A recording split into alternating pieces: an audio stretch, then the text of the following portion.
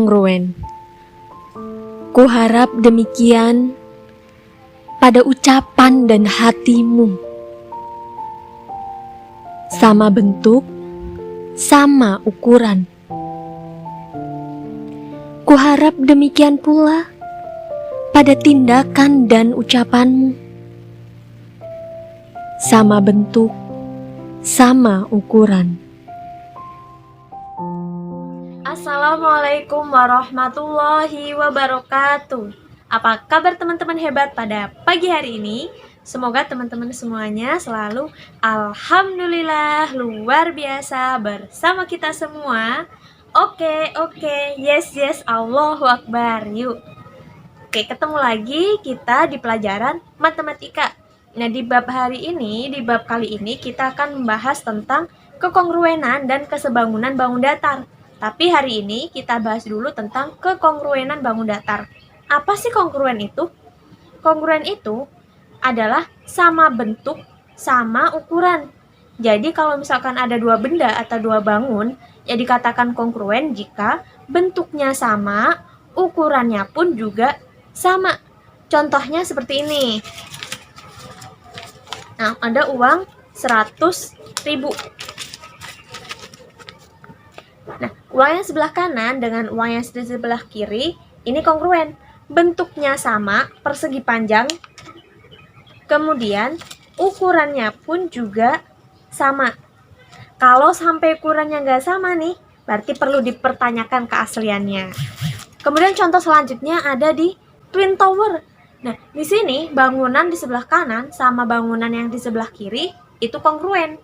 Bentuknya sama, ukurannya pun juga sama. Contoh lagi di sini antara gambar ibu di sebelah kanan dengan gambar ibu di sebelah kiri itu kongruen juga. Kenapa? Karena bentuknya sama.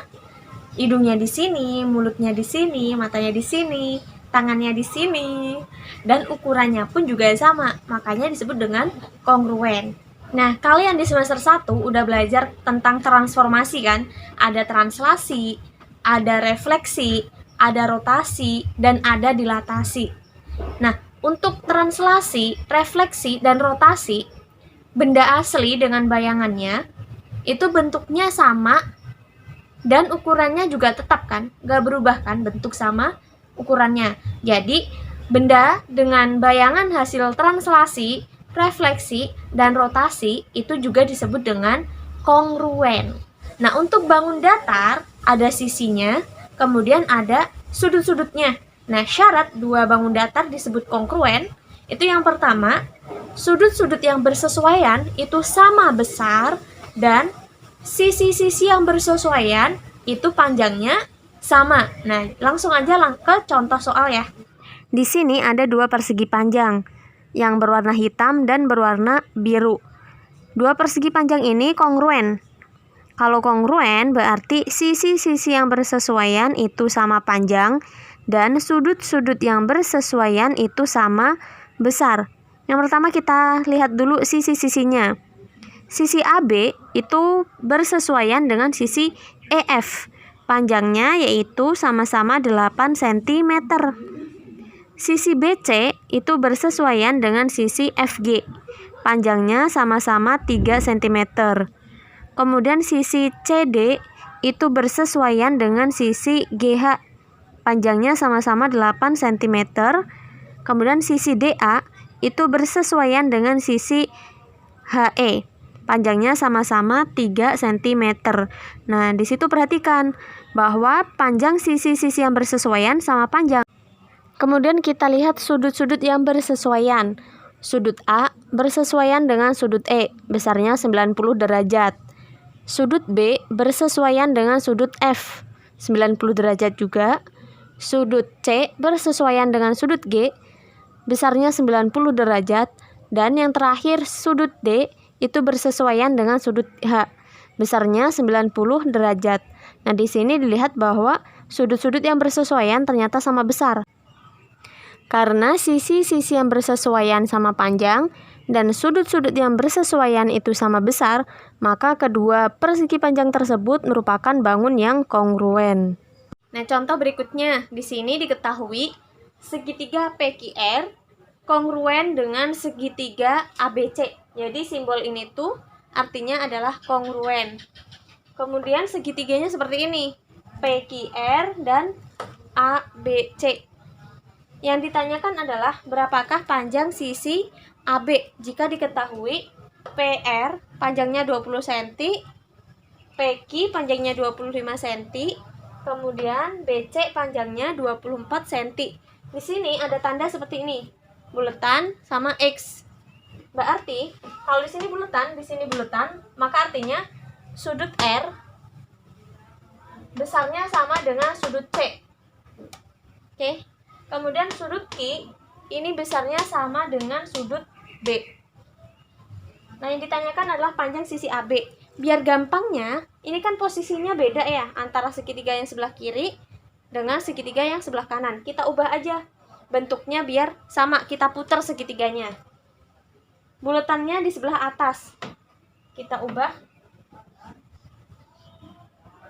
Karena kongruen, maka bentuknya sama, ukurannya pun juga sama. Buletan X. Di sini yang dekat buletan itu sudut C. Yang X itu sudut B. Berarti di sini adalah A. BC 24 cm. Kemudian yang ditanyakan adalah sisi AB. Sisi AB ini bersesuaian dengan sisi PQ. Maka panjang sisi AB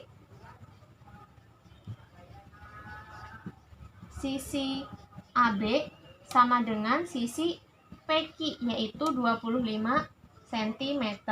Jadi ini 25 cm. AC berapa? Karena AC bersesuaian dengan sisi PR, maka panjangnya 20 cm. Kemudian yang RQ ini bersesuaian dengan sisi CB. Berarti panjangnya adalah 24 cm. Jadi kalau misalkan segitiganya posisinya beda, diputer aja biar gampang ngerjainnya. Nah, contoh berikutnya di sini ada segitiga ABC sama segitiga GHI. Nah, ini segitiga ini kongruen. Ingat, kalau kongruen berarti sudut-sudut yang bersesuaian sama besar dan sisi-sisi yang bersesuaian sama besar juga, panjangnya sama. Di sini diketahui panjang sisi AB 10, kemudian BC 12 dan AC 15. Pertanyaannya adalah tentukan panjang sisi-sisi segitiga GHI. Nah, kuncinya di sini kedua segitiga tersebut kongruen. Kemudian di sini sudut A bersesuaian dengan sudut I karena ada tanda yang sama dan besarnya pun juga sama. Kemudian sudut B silang berarti bersesuaian dengan sudut H. Dan sudut C tanda pagar berarti bersesuaian dengan sudut G, tandanya sama. Biar gampangnya kita ubah nih yang segitiga GHI menjadi posisinya seperti ini.